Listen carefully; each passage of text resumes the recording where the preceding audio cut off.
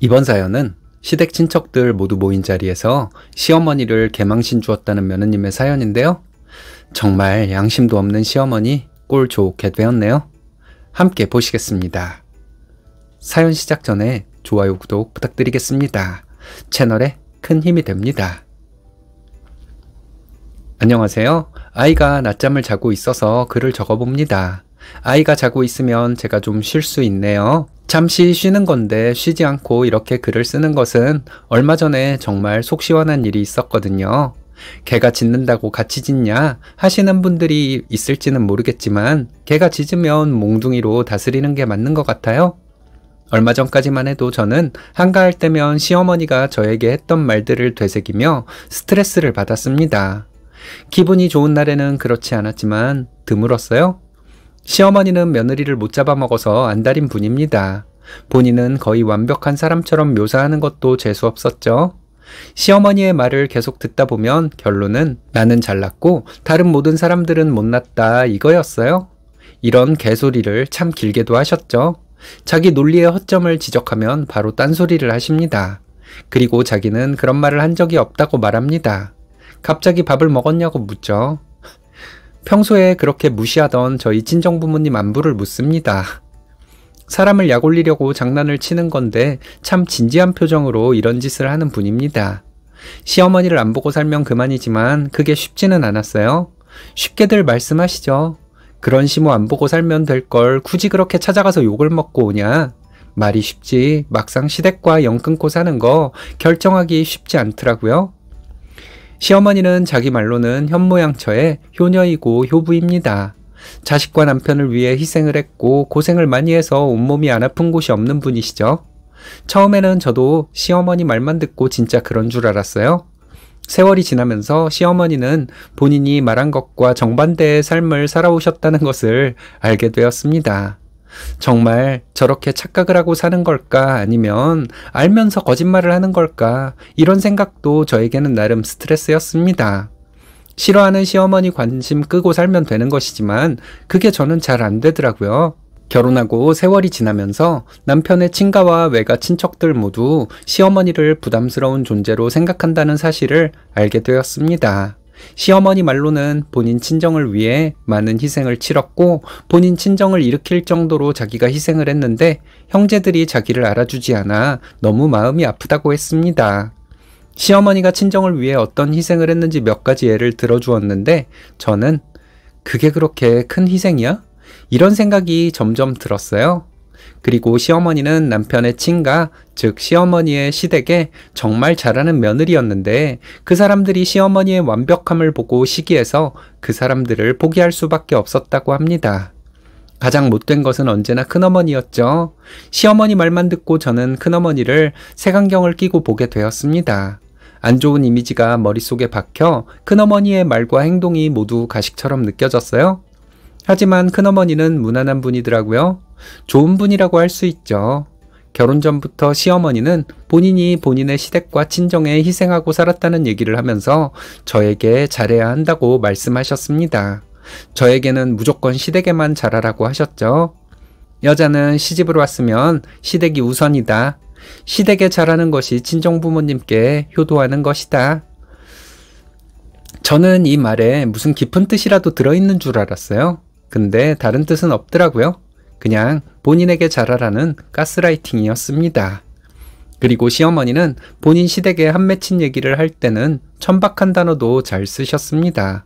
시부모년 놈들 이란 단어도 참 많이 들었어요. 아버님도 계신 데서 이런 단어를 거침없이 쓰셨습니다. 그만큼 친가 어른들이 본인을 힘들게 했다는 거였어요. 그런데 시어머니가 어떤 식으로 힘들었는지는 예를 들어가며 말하지는 않았습니다. 그냥 나쁜 사람들이라는 말뿐이었죠.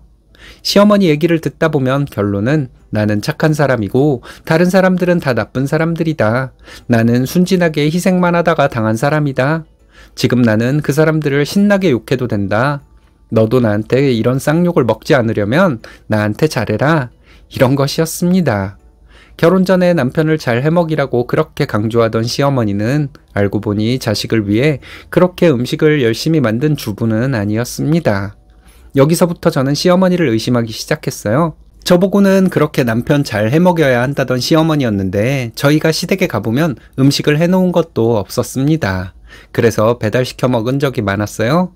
그렇지만 제가 집에서 남편과 배달 음식을 먹었다는 사실을 알면 난리가 났습니다. 새댁이 벌써부터 음식하기를 싫어해서 어쩌냐며 한탄을 하셨죠. 본인은 주부로서 음식도 별로 안 하면서 일하는 며느리한테는 음식을 잘 하라고 압박하는 것은 무슨 양심에서 나오는 건지 이해할 수가 없더라고요. 결혼하고 1년 정도 지났을 때였어요. 시어머니가 다른 건 몰라도 만두는 정말 맛있게 하시거든요. 그 솜씨를 배워서 저도 만두를 어느 정도 맛을 낼 줄 압니다. 주말에 시댁에 가서 시어머니와 만두를 만들었어요. 남편도 같이 하며 놀이처럼 시간을 보냈습니다. 만두를 만들면서 시어머니는 제가 즐겁게 일하는 것이 꼴보기 싫었나 보더라고요. 저에게 남편을 잘 해먹이라는 잔소리를 또 하시더라고요. 우리는 잘 해먹고 있으니까 걱정 말라고 했더니 남편이 살 빠진 게 다 보이는데 네가 무슨 음식을 잘 해먹이고 있냐 하며 짜증을 내시더라고요.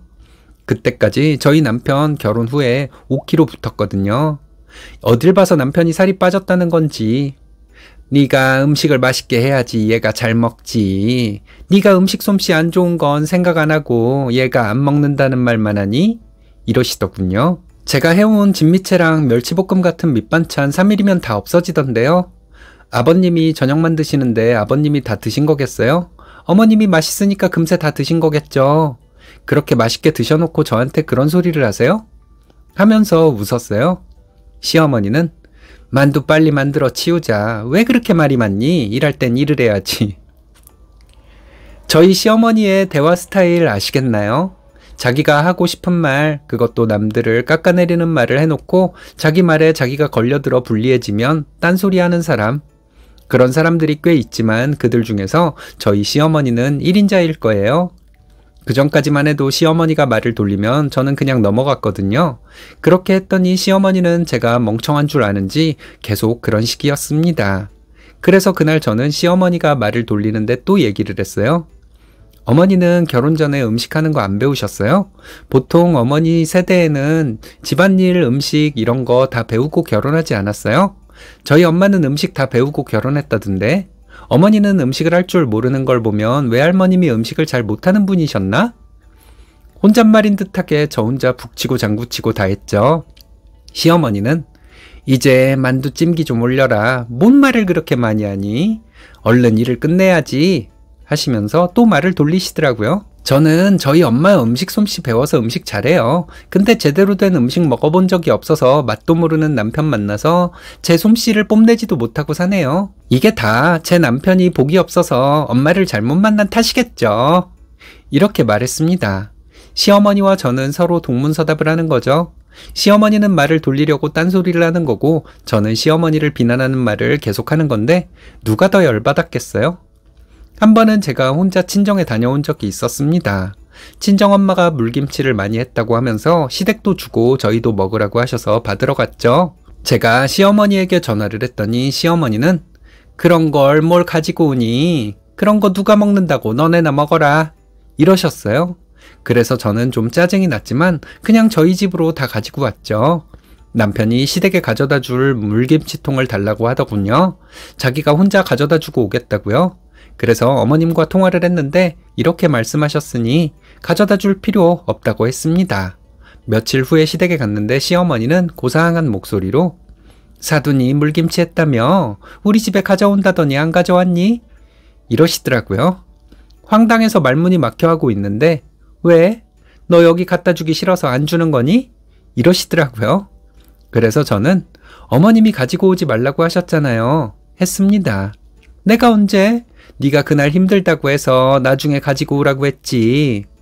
너무 천연덕스러워서 제 기억이 잘못됐나 하는 의심까지 들었어요. 저도 궁금해서 시어머니와 통화했던 내용 녹음된 파일을 켜봤습니다. 내용을 다 듣고 시아버지는 혀를 차시며 고개를 절레절레 흔드셨어요. 저희 남편은 화를 내고 있고 저는 어머니, 매번 이렇게 거짓말하는 거 솔직히 좀 힘들어요. 어머니는 모든 게 다 거짓말이잖아요. 저한테 누명 씌우는 게 그렇게 재밌으세요? 푸념 섞인 목소리로 이렇게 말했습니다. 남편이 시어머니에게 도대체 왜 그러시냐고 소리 지르고 난리였어요. 그리고 얼마 전에 큰아버님 생신이 있었습니다.